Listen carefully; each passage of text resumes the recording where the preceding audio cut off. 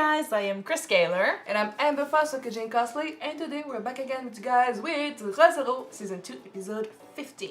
Yes. Last episode, we basically created a plan with Otto. He came through. It was really cool. He took charge. So punched Subaru a few times, made him understand that, he needed to ask for help sometimes. Although Subaru has had bad experiences before with telling people about the return by death thing. Yeah. We're still not sure if that's what he told Otto, but there's a chance that he might be able to tell people about this since he met with Sotella and she was like, I'll allow other people to and I'll hold you to be loved. Yeah. That's what she said. So I don't know what he told Otto, but hopefully he told him the truth. In any case, truth or not, Otto is trusting him and helping him because he understands that it's important. And he's dealing with Garfield now. He's dealing with Garfield. And while this is happening, Subaru took care of Emilia after betting some stuff with Roswell. So we have a bet with Roswell. We'll see how that happens. To win, Subaru needs to basically save everyone without making a sacrifice. So go Subaru. Yeah, ganbare. And he did make some sort of sacrifice though. He convinced Puck to leave Emilia because Puck was the one keeping her memories closed off somewhere. Yeah. So getting rid of Puck would bring back her memories and she would be maybe more equipped to face them. To face what she's facing in the trial. So Subaru is sitting right next to her. We're about to learn a bit about her past. Hopefully. Finally. Let's go. All right.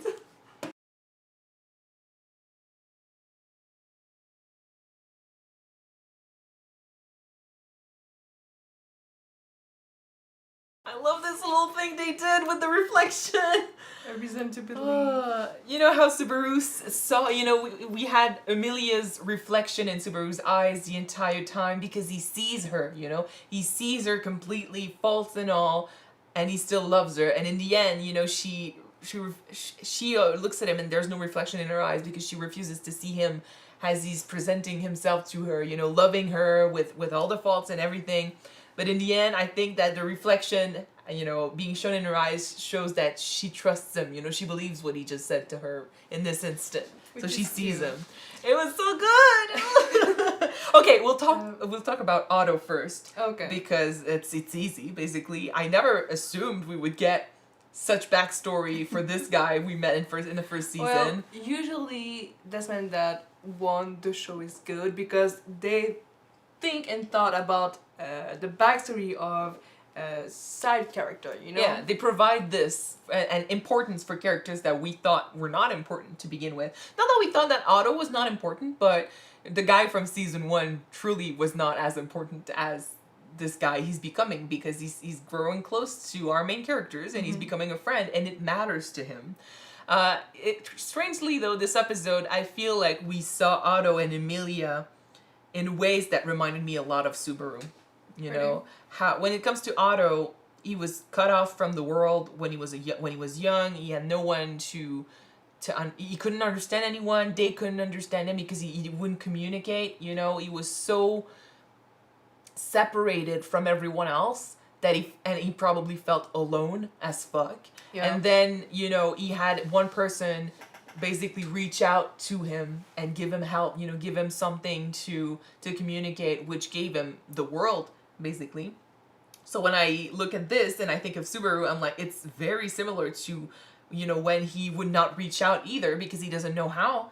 He doesn't know how to reach out and he thought he couldn't because, of how he sees himself. And there's also the barrier of the return by death, which he cannot really talk about to anyone. So he felt cut off from the world, kind of like Otto felt when he was younger. But Otto used to be, the victim, and he was saved by someone. And with Subaru, he got to be the savior. Just like Subaru was the victim with his feelings, and he got to be the savior for Emilia in this one. It comes full circle because, as the expression, it takes one to know one. Yeah. When it comes to victimhood, it's not necessarily true, but it definitely helps. When you have someone who's been through the same shit that you've been through, that person usually understands you a lot better than someone who's never had to go through the same hardships. It's true though that, with Emilia and Subaru, what they went through separates them from others. And same with Otto too. Like, it separates them from others because they'd be feeling like no one else could understand possibly. And if they say they understand, they must be lying, because who would have gone through what I've been through? It's so specific to me. But the events might be one thing, but the resort, the emotions that come out of the events can be very similar. Subaru and Emilia hate themselves so bad. They see the faults because they feel like they keep failing, and that everyone else keeps, dealing with the consequences of what they've done, and they cannot fathom that other people can love them. Yeah. Be willing to be at their side.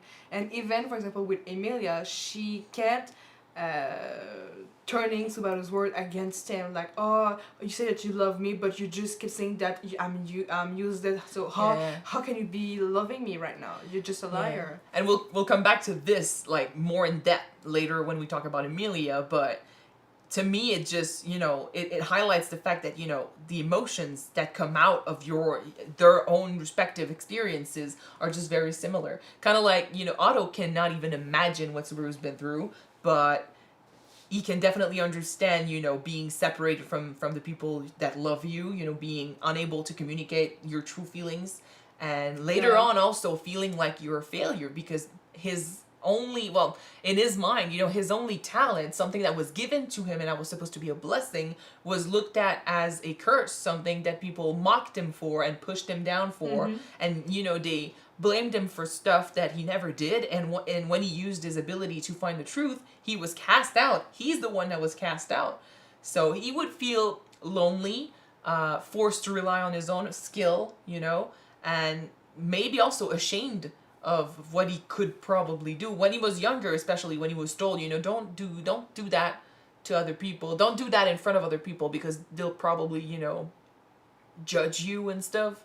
And like, when he tried to save his sibling, people cast him out. People cast him out, yeah. Yeah, so he saw for so long his skill as something bad. And it's nice that now that he's grown and he's got Subaru who trusts him and he's being actually asked to help and do some damage when it comes to Garfield. I'll be honest with you though, I never would have expected Otto to have so many tricks up his sleeve. Me neither. But that's the thing. I think that's what confidence does. He's always been capable of all of this, but his confidence was so low, And he still thought, I'm on my own. I need to protect myself. No one else, But now that he met Subaru, he found a reason to, like Subaru said, run forward. Protect someone else. Protect someone else, yeah. Do something for someone else and use your skills for the greater good, which motivated him a lot. And I really enjoyed it because, from what I remember of him in the first season, we called him a coward, we thought he was human for sure, but he ran away more than anything, he didn't stood facing the threat. Not that he didn't do that in season 2, but never in this way, I feel like. Now he just went all out, giving it his all for Subaru's, for what Subaru asked of him, knowing that he was probably not going to succeed because Garfield is way stronger, so good thing that Ram showed up. And also that surprised me too, how Ram just decided to twist the rules a little bit, She's helping Roswell, but then technically he's got a bet going on with Subaru, so she's not supposed to help Subaru, but then she's like, my goal is to give Roswell his wish, so no matter how I do it, if it means helping Subaru, I think she likes him. That's the thing. Like, she keeps bashing and insulting him. In her own way, she likes him. We all know that. Well, whenever she insults someone, I'm like, that's her version of, being nice to someone. She's really good at tough love. Yeah. And we know she enjoys Garfield's presence, his company. She might like the guy, and he certainly likes her. So to go against him and stuff, it means that she's capable. Like, she trusts Subaru more than she lets on. And she's willing to fight for the right thing, even though she doesn't know what it is yet. I think she's aware that Subaru is trying to save everyone, and she's okay with that. So I'm all for it if she's willing to, go against Roswell's wishes, sort of, to help for the greater good. Perfect. That's great. Now let's talk about the big part of the episode. Emilia. You know what? Just the context aside, in real life, people who are so broken, who their self-esteem is just so low, and no matter when people say things to them, they just twist their words against them and just think completely different.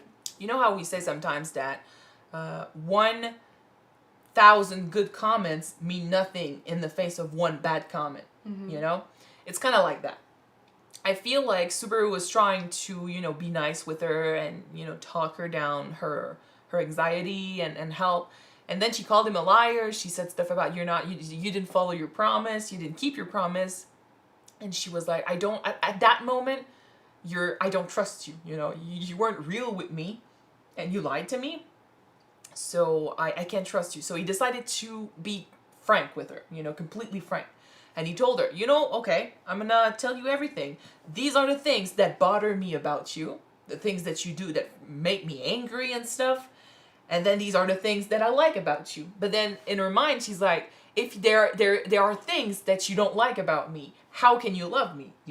It's one bad comment that overcomes all the good things he said about her. She doesn't focus on the love part of his, declaration. She focuses on, if I have stuff, in me that make you angry, that make you go crazy, how can you say you love me? You're lying. Like, she's so broken because she's never had anyone, she had Puck, but then Puck left. So basically, kind of like Subaru, they both have such bad self-esteem.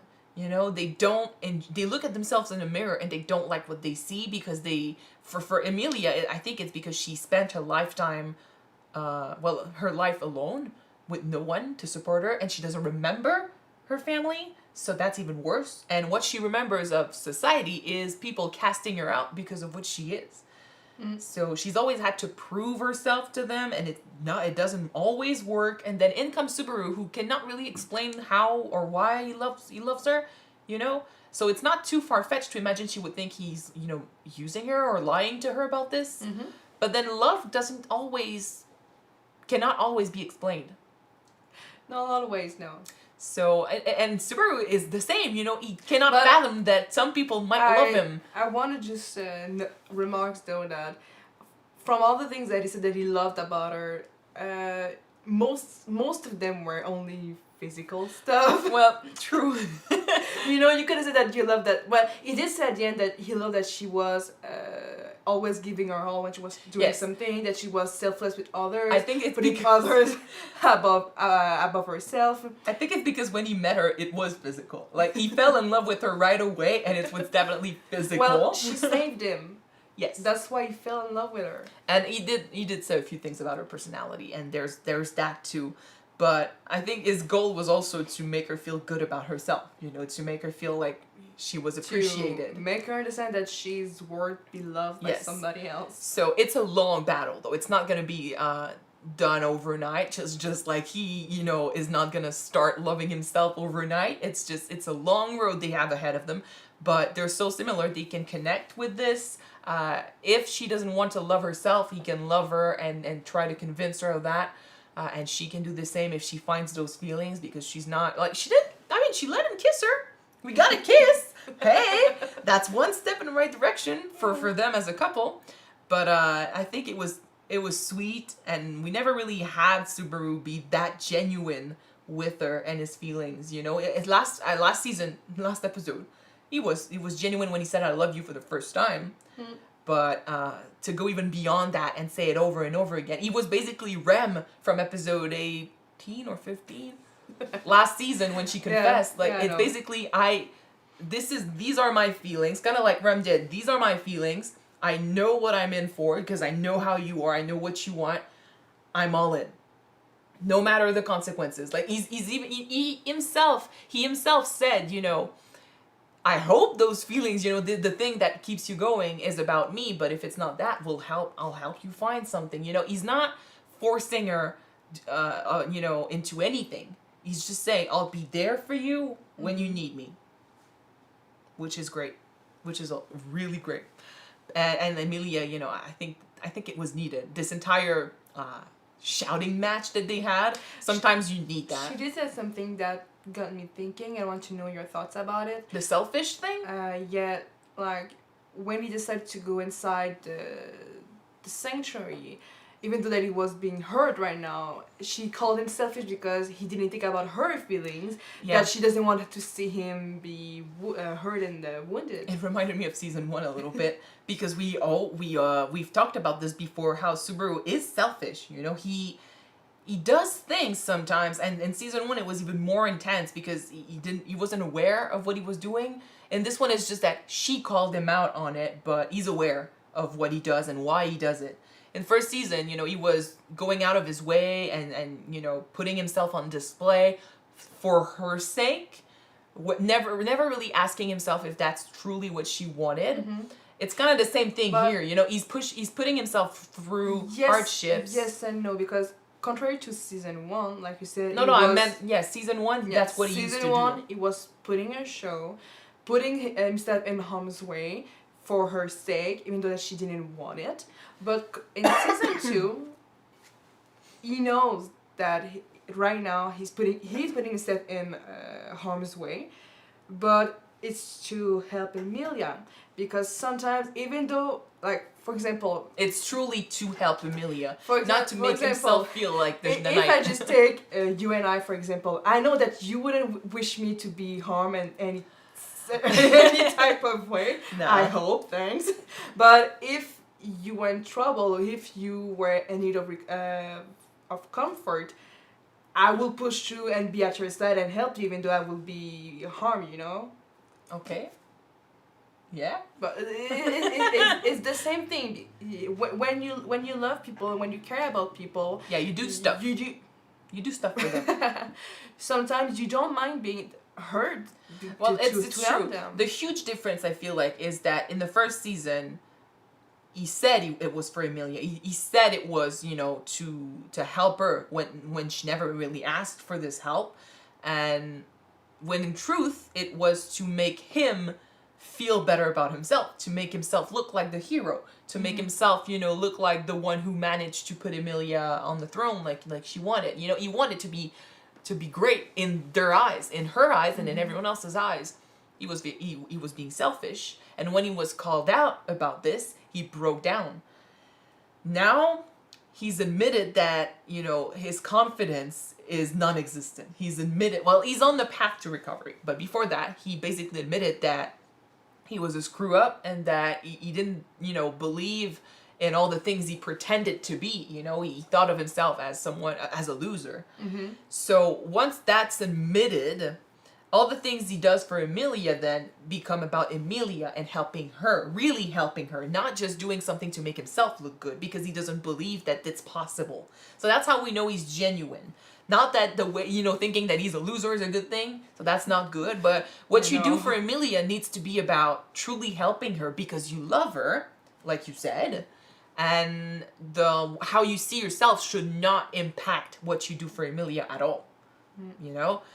For her, I feel like she sees him complain about it a little bit, because that's the thing. She doesn't like what she sees when she looks at herself in the mirror, but then when Subaru is showing up and being like, I went through a lot of shit for you, she's like, I never asked you to do shit for me. You know, if you say you do stuff for me, it's because you expect me to give you something back, or you expect me to be better and greater than what, you know. Some people would expect that, yeah. Yeah, maybe it's because she thinks that he's doing all of this thinking that she's worth it when she believes she's not.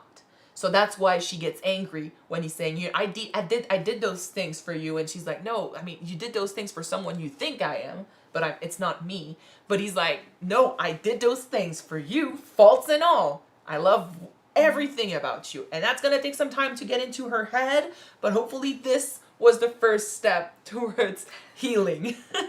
Maybe, hopefully. Yeah, hopefully with a big H. A heavily emotional episode, but gosh, I love those in ReZero. Oh. Okay, anything else you want to talk about? Nope. So, I'm done. Thank you guys so much for watching this episode with us. If you want to see the next one right away, it is on Patreon already, or it will be very soon. Check it out if you want. The link is in the description below. And if you don't, wait for the next one to be out on YouTube, guys. Yes, Bye. next week.